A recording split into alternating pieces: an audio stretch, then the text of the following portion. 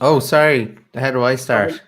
we are live, and yeah, my name's Jason Cooper. I'm the sales relationship coach, and I have a really good friend, Shay from the Future States, and we are talking about the soft and system sides to sales today. So this is good because Shay and I have known each other for a number of years. We both work in slightly different areas, but it's really fundamentally the same stuff, really. But it's he specializes in certain areas, I specialize in some. We spoke about this for a number of months to actually get this together and actually start doing a proper live. And like it's really cool because what we want to do is give people some ideas, but we also want to sort of feed forward so we can give some suggestions of how to improve other people's processes, other people's sales, but also get people better, but also enable us to get better as well. What do you think about that, Shay? No, well, that's what it always is, Jason. For me, like you said, that word always get better. It's always about continuous improvement. It always Exactly. is. Like I find, as I've said to you many times, I find sales is one of the most difficult parts of business. Everybody thinks it's easy. Everybody thinks, yeah, closing sales, that's easy. No, there's a phenomenal amount of effort, work, and the cost of sales in any business is phenomenal. People just see the bit on the end where they get to close. So it's Yeah. all about what you do behind and how can you continually improve as a team to get better and both on the systems and the soft side of things. So if I was asking you a question, Jason, right? Sure. Like you've been doing sales for a very, very long time, and through your own experience of getting better, what are the things that have you've improved that have helped you become exceptional at what you do? I think it's learning from failure. It's learning Mm. from things that haven't gone as well as planned. Like when I first started, it's a different style of selling then. The technology wasn't there to help us and enable us. So it really was a case of just picking up the phone and dialing the number and getting past the receptionist or getting past the secretary uh, within a corporate sphere, within the financial markets of the square mile in London. So it's really just to review every single call and find out, well, what did I do well? And give myself a pat on the back and go, yeah, excellent, I got through.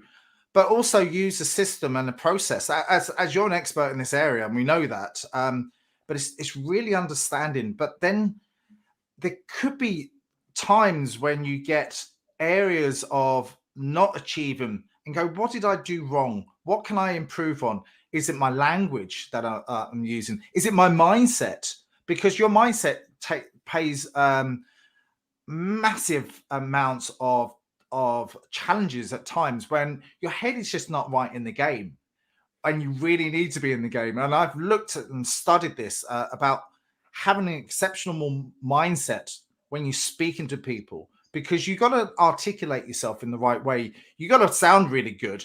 You got to sound bubbly. You got to sound in the right sort of frame of mind. Mm. But if you're not in the right frame of mind, that's where the challenges actually occur. And I think you should actually change what you do.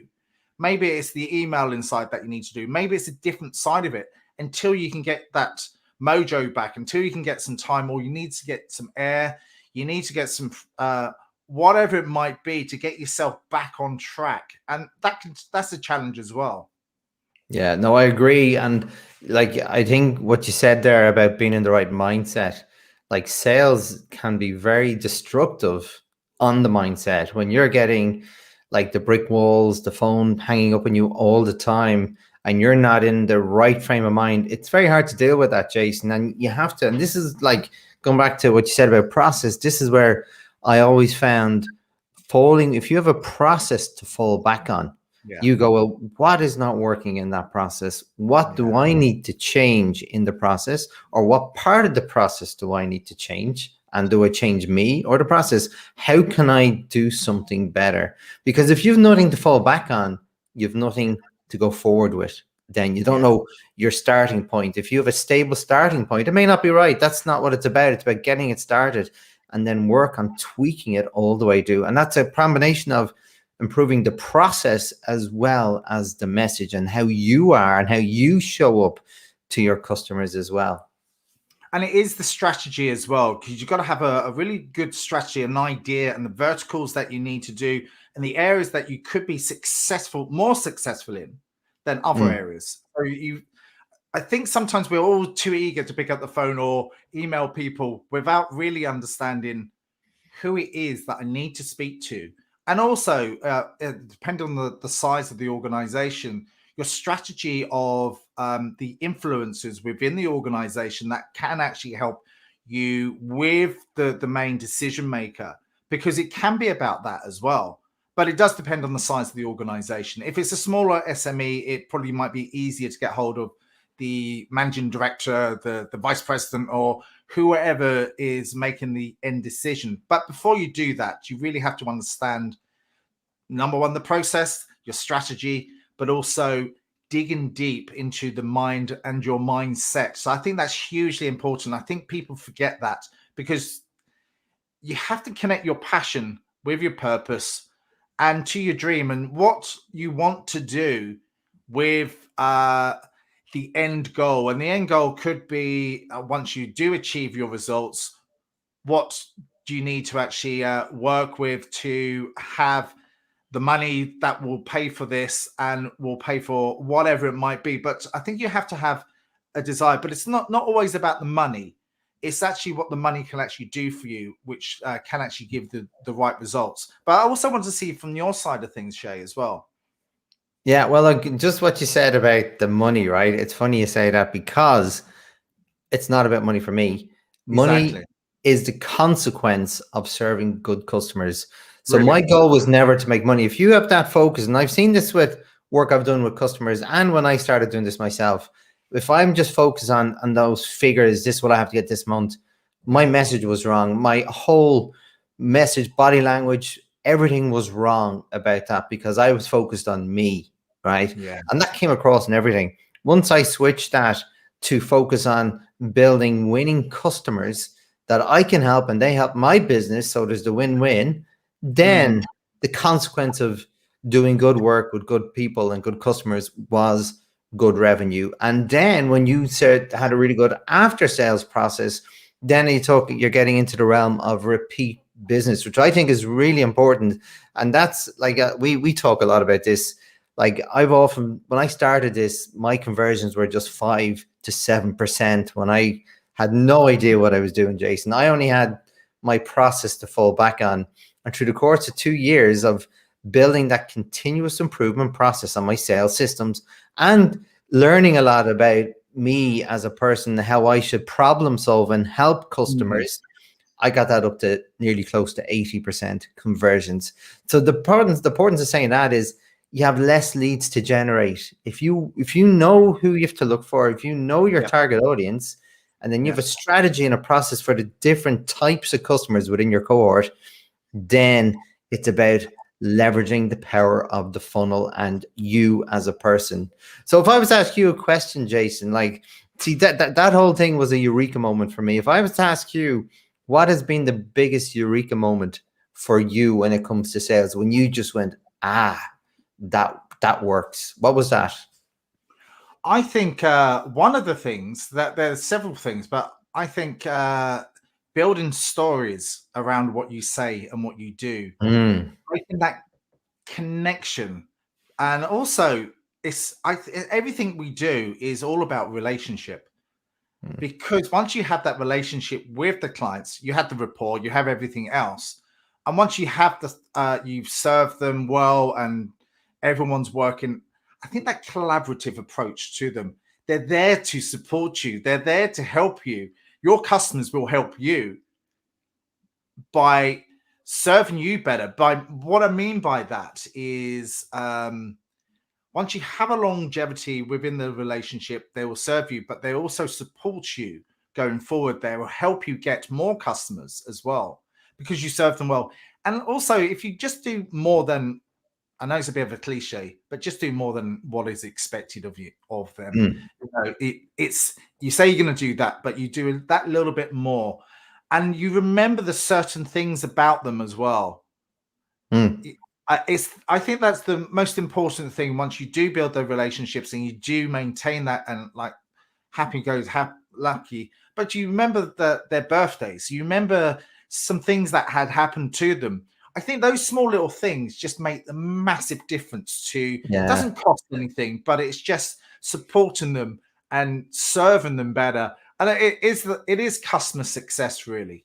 Yeah, no, like, you know what? When I was getting mentored in sales for my first business, my mentor, what I used to see him do when I was going shadowing him doing his mentoring, every time he met a new person and they exchanged some personal information, Yeah. when they exchanged business cards, he would write 3 or 4 things relating to that conversation about that person, about their dogs, about their kids' football matches and everything. So the next time they met, that's what he was able to keep that personal conversation going. And the key is not to be manipulative about it, but it's just to be sincere, you know, and caring. And the fact that he wrote it down meant he never needed to see it, you know, because he made that connection by writing it down. And I always thought that fascinated me, to see that of someone who was so senior. Like, this person was in his 70s at the time, Jason, unfortunately passed away since, but to see someone at that, like, age and in that stage of their career still doing the stuff they did 20 years before was fascinating. Yeah, I think all of that stuff. And I would suggest, what would you say as like, I want to throw this out, but people that are on the first stage of their career, what sort of things would you say to them as a piece of advice? Because the way I like to look at doing these live events and podcasts is to feed forward some ideas and maybe some strategies. But someone that's just out of university and they're just starting their career, what would you suggest for them to do? Well, the first thing, and if you're talking in specific to sales, but I think it's quite broad, but because I think they'll serve every part of business you're going to go to. I'm an engineer, right? Like, I came out of college with a really good engineering degree, being a really good engineer and being that stereotypical engineer, Jason. Like, communication was on a different planet to me at that age. The first thing I would say is to do some work on communications, do some postgraduate on communications, and understand, like, there's you and the other person, no matter what. It's regardless of sales, Jason. It's all about building respect with people, whether it's internally or customers. It's building relationships and learning how to build relationships and see things from other perspectives. And I'll give you an example, if that's okay. Like, I used to watch my dad. My dad was a jeweler, and like, I watched my dad as a kid growing up, and he did really well as a salesperson. And I didn't really see what he was doing at the time. And he never did anything manipulative. It was all natural. And I did some sales courses as I was doing sales and then teaching company sales. I said, you know what, I should keep my skill set up and do some courses. And I remember being in one specific, and there was a really good teacher, mentor, and there was a lot of people writing stuff down, and I couldn't understand why they're writing it down, because that stuff will come natural to me. But then I came to this eureka moment that if you're a nice person and you care about the person you're talking to, you would do this anyway. Because if you truly want to help people, and that's what my dad did in his jewelry, he wanted to help. He didn't sell anything to anyone they didn't want. He didn't overcharge them. He always had a return policy if they didn't like it, especially when it came to engagement rings. If your fiance doesn't like the ring, we'll change it. Don't worry about that, you know. And that type of building relationships was what made my dad so successful in caring about the other person. I think you absolutely hit the nail on the head. And once you do care about your customers and you see it from their point of view, and as you say, like people going into the buying jewelry, and especially frantic women that are going out there and they want to have a special day and jewelry's got to be right. You've got to go beyond. You've really got to, and that goes with every single type of business, I think. But you have to be a people person, especially when you first start out, and having really good communication. You don't have to be a big extrovert and throw your arms up in the air and all that. I think extroverts and introverts work in helping people get what they want in in business and in sales, and really sort of, I say sales is really sort of serving others and helping others to get what they need. And your dad must have been an expert at that. And I think that must have been a great learning ground for you to really sort of see that. Just being, I think it's just being yourself. That authentic, that word that gets thrown around, it's just being yourself, really. Yeah, no, it is, Jason. And I think, and to be honest, again, going back to that question you asked, if I was a student or coming out, what would I say to a new qualified person coming out of college? I would say, learn to be yourself, learn to be you, learn who you are, learn about your strengths, and learn to play into them, because there's a reason why you have strengths, and I call them your superpowers. The reason why they're your superpowers, because they're stuff that you like to do and do a lot and like that, and you're good at. They're the things you should be doing all the time. And there's great books and tests you can do to learn them. And mostly they say stick to your 5 signature strengths. And it doesn't matter what you're doing, it's how you learn to apply your strengths to what you do will help you be happy in what you do and be successful in what you do. And I think that, again, going back to your point about being authentically you is crucial for success. And even, like, I'm not a natural salesperson, Jason, right? I'm an engineer. I rely on process. I must say about that, because I've spoken to a lot of engineers that are extremely successful salespeople.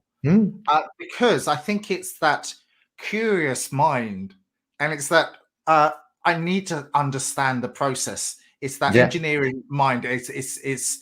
I think you can be successful and come from different backgrounds and different industries. And go, well, that will work for me. Yeah, that was a big eureka moment for me too, Jason, because I remember sitting on my table on my first day of my business when I'm business developing for my new business, and my partner was there. We both had mortgages, and he was going to be, I used to call him the muck and pipes guy, because he was going to design and install all these systems for all these buildings, but I had to get to sales. And I remember sitting down at my desk going, what the hell do I do now? I don't know how to sell. I swear to God, it was like that what the hell moment. But here's the thing, all I had was my process to go on. And every time I got the phone hung up on me, I said, what did I do wrong on the phone? And then I got better and better. And then when I got to meetings, why am I not getting a good result from meetings? What do I have to change? And keep every time I get a step further, I'd get blocked. And then I had to learn, like, I didn't call it a block, I called it a hurdle, Jason. What hurdle do I have to get over now? And it didn't happen overnight. I had to learn all the different ways of being better, solving better problems, or looking at problems a different way for the customer. And eventually I got through it. And eventually, after about 6 to 8 months, I had my first revision of my end-to-end process when I got my first sale, and then that's and not just, you can have your 4 like helicopter view steps of your sales process. I break that down in each step into its micro steps or micro activities. And instead of having 4, I had something that was like 30 odd steps long. But that didn't happen overnight. That was just every sort of permutation you can do. And I learned how to do it really well. And that's probably why engineers could be good at that. But then that's all useless, Jason, if you don't have the soft skills, and if you don't have that customer mindset and how can I help them? If you're too selfish on your own, you won't get there. You may get some results, but you won't. Because again, it's all about solving their problems, making their life better. And that's exactly what an engineer does, really. It's I actually spoke to a guy the other day, and he used to work in the White House, and he used to do PR, and he used to write speeches and stuff. And we were talking, and I said, you should be in sales. He said, well, I've been doing sales for about 10, 15 years. But he came from a different point of view. But everything's transferable to a degree. You just have to make it work, and then just keep learning. There's a bit of a cliche here. There's no such thing as failure, only feedback. And it is. But it's also feed forward to how you can actually do that better the next time. And I love that. And I think that's something else I was just thinking about is for the younger guys getting into this industry, it is to ask lots of questions and ask people that have been doing it maybe for a while, like yourself, like me, and anyone else, just to say, well, this is my suggestion, but you've got to make it work for yourself. Use a process, use a style, use. I'm learning Stevenson approach at the moment, but make it your own as well, because you start modeling other behavior, which is great, but don't be a robot and build it into your own systems and approach. Yeah, and do you know what, Jason? Do you know what? There's not a truer word that you can say there, because again, like I know myself, I teach time management, for example, all day long. I used to do it a lot. Guess what? I don't use any time management systems. I developed my own way that works for me, because then you have a relationship with your process. And I cannot stress the importance of creating your own process for things. And it doesn't have to be anything crazy. It starts off really, really simple. But once you build that, like you can have a framework for it, but put your own, as I say, sprinkle of magic on it. So it becomes yours. You own it. You're accountable for it. And then you do it. But that's one of the things that I done some research into what makes a successful salesperson. But exactly what you've just said is being accountable for your own actions is one of the key things. Don't let anyone else be accountable for you. Be accountable for yourself. If you're not hitting target, don't wait for someone else to tell you. Go out and do whatever you need to do to reach your target. Go out and learn as much as you can. Read books, go on to courses, go on to seminars, get a mentor, get a coach, get someone else to help you, but do it on your own premise. Don't get anyone else to tell you to do it. I think that's the feedback loop that we get ourselves Oh, it into. is. Yeah. And that's crucial in sales. Of all the, like, I do a lot of work with companies in different parts of business, and I use that feedback loop all the time. It's never as important in any other process bar sales. It's crucial in sales, and you can use it at every step of the process, Jason. And it's something that people don't see. When I help companies see that glue of that process that are sales teams, when they see how it can benefit them, they're the quickest to adopt to a new way. They're the quickest to change because they can feel it and they can see how it helps them. And it's amazing to see. Sometimes they're the toughest teams to start with, but once you find that sweet spot between them all, how they work together to make it better, that they're all going to benefit, it's amazing how quickly, and that's why I love working with sales. So if I was asked you about when you do a lot of work with sales, what is usually your starting point to help teams grow their sales? Before we even get started, we look at what they need, what do they want, and again, is where is your passion?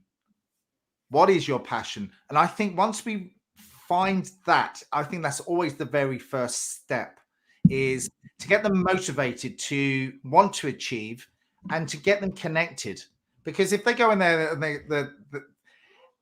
and if they're in the right vertical as well, because sometimes it's a square peg in a round hole. Are you motivated? Are you passionate about what you want to do? Is this the right industry for you? And it's asking them whether it's an assessment. I have an assessment that I work with to find out the different areas that they're into, and then we can work on that. Then we have a look at depending on the type of business that I'm working with. I tend to do a lot of research around the acronyms that they use, the language that particular style of business would use, and then we'll have a look at the research element, what research is needed for those types of vertical and those style of customers that they're looking for. So there is a process along the lines that I would use.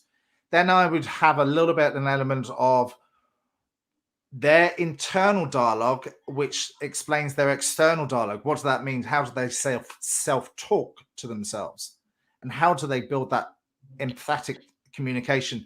And then using those big things that are on our head, Shay, which we both use at all times, is I know you're listening to me right now, is to really understand how we can listen better and how we can really understand the customer and make sure that we listen to understand and use really smart questioning skills around that. So we have a look at question skills, a lot of role play, a lot of feedback, and get them to teach so that they can teach others. I think that's a really good way of actually doing it. That's how I like to do it, but there's a lot more elements into that. Oh, and I see we have a few guests, some chatter now. Hi, Louis and Gabe, is it? And oh yeah, there's a question there. Shay, what is probably the greatest accomplishment you've had in turning around a sales team? Do you know what? That's a really good question. I've had a few. There's one down the south of Ireland, and like when I do, and like I always where I start, Jason, it feeds in nicely what you were saying to what I do in that regard to Gabe's question, is that I always look at their current state process. I break it down to the steps all along that sales journey, from lead generation, opportunity flushing, proposals and orders, right? And then I go lower again. And normally if you're doing a sort of a continuous improvement, you like to reduce the amount of steps. How can you move through the funnel as quickly as possible without rushing it, right? But one was for a medical device, a pharmaceutical company that supplied ingredients to the large pharmaceutical companies, right? And in one case, when we were doing that current state map, we noticed that anytime the sales rep actually said, like, instead of just going and saying, trying to get the sale, if they said, look, let's quality managers meet up, our manager meet your manager, so they can have a conversation about like our goals for quality and our values, and then we can talk again. We noticed that every time when we were analyzing that current state, when that step happened, they always got a sale. So we actually added that in, that the first goal of the sales rep was to arrange a meeting between the two quality managers, right?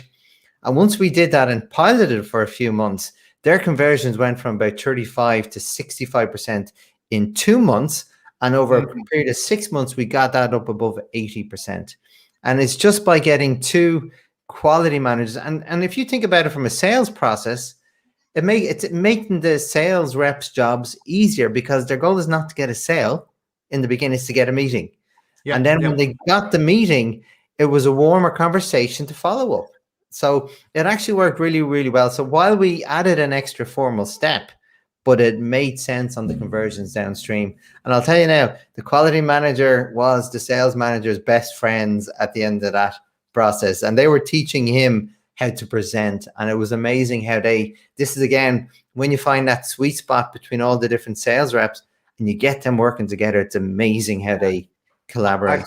I think that's a really good way of doing it. And the collaboration to work as a gelled team so they all learn from each other is such an incredible approach. I know I've used that approach before, because what you want is them all working towards the same path and they all learn. Here we go. Gabby's got another question. He's very good, isn't he? What are your options and analytical management styles that concentrate on closure and conversion rates? Well, I'm going to tell you a story. And Gabby, I hope I'm pronouncing your name right. I take people off these fancy CRMs in the beginning because they get lost in the piece of software itself. I go into Excel or start on a board of Post-its and build what the process, and then build what they want to get out of a sort of a lead management system or customer relationship management system. And we build it out and we keep it really simple, right? So what we concentrate on when it comes to closure rates and conversation rates is, like, when you go through that step process and you didn't have success, you ask, if it's internal, you do the feedback between yourselves. But if you didn't get a proposal, for example, ask for that feedback. Find out, what did you miss? Make sure the next time you do a proposal, you're not going to miss something like that. And keep every micro step that you do continually improving it, and even automating where it serves a purpose. And even one of the major things I talk about in sales is having a really, really robust, strong, and detailed inquiry process. So as soon as you go, and that's not just one step, that follows through all the initial conversations, follow-up meetings, And then when you come proposal, you've got everything on a piece of paper that you need to put in that proposal. I also would add a little bit more into that. And I think this is the way forward. And it is the way forward is not only do you have your salespeople there, but you also have your marketing people there. If you have the marketing team there, they should all be together in the same room. They should not be disconnected. They shouldn't have the salespeople over there and the marketing team over there. They need to be working together because they're all doing for the same purpose. They're all helping each other to get leads, or they're all helping each other to get more customers. So I think exactly what you've said, but add it in the marketing and sales team to the course and make them all design the process together.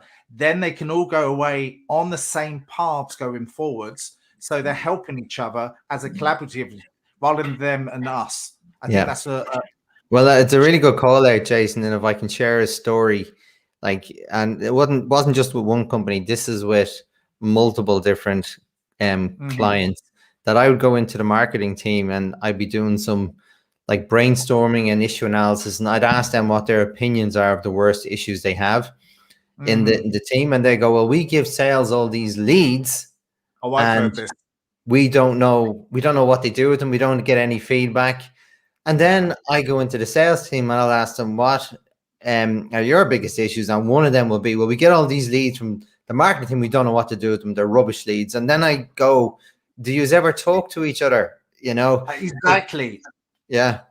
You know, because they have contradictory metrics.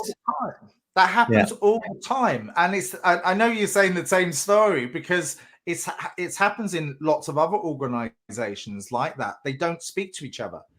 And they complain about each other as well. Where they shouldn't be complaining about each other at all, because they should be helping each other to get. Well, why didn't that lead work? The marketing team. Why didn't that work?